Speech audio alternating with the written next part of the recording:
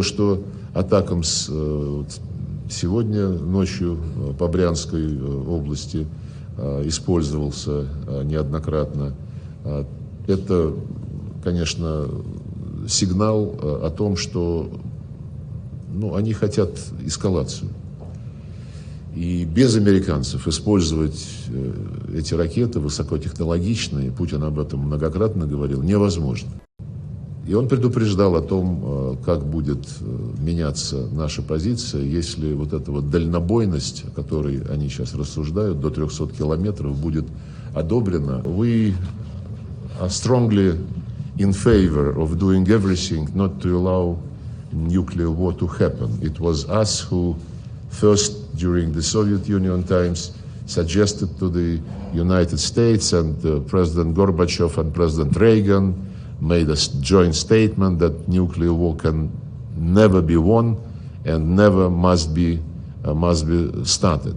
The update of the military doctrine does not add anything which the West wouldn't know, and does not add anything which would be different, let me put it this way, from the American doctrinal documents on what to do with nuclear weapons. We are convinced that the nuclear weapon is first and foremost a weapon to constrain any, prevent any nuclear war.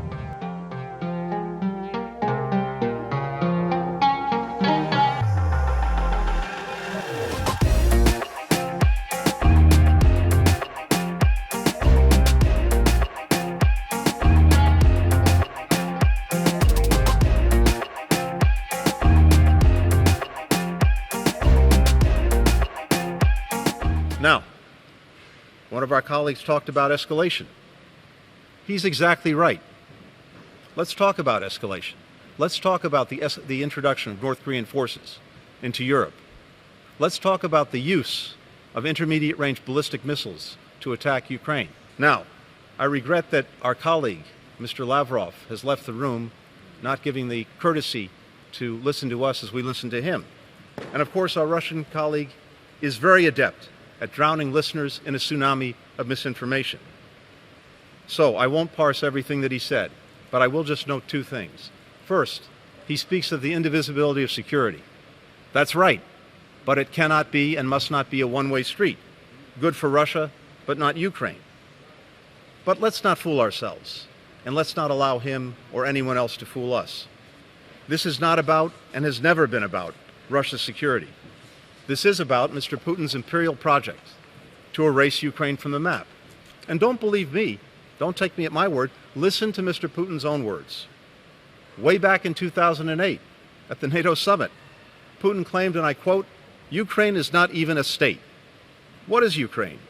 A part of its territory in Eastern Europe, but a significant part, was a gift from us. In 2014, marking the illegal annexation of Crimea, Putin declared that Russians and Ukrainians are, and I quote, "one people."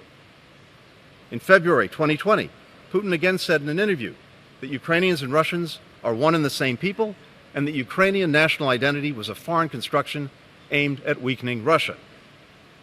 In July 2021, in an article, a quasi-academic piece attempting to provide historical justification for the invasion, Putin rejected the idea of a distinct Ukrainian people and nation, and I won't bother to quote from it, but I could at length.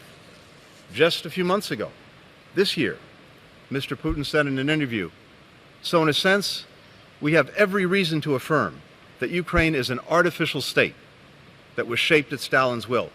Everyone in the West thinks that the Russian people have been split by hostilities forever. No, they will be reunited." That is what this is about. That's what it's always been about, and that's why we have to stand strongly against it.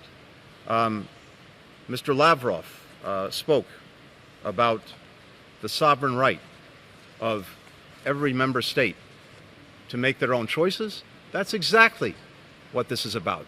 The sovereign right of Ukraine and the Ukrainian people to make their own choices about the future, not to have those choices made in and by Moscow.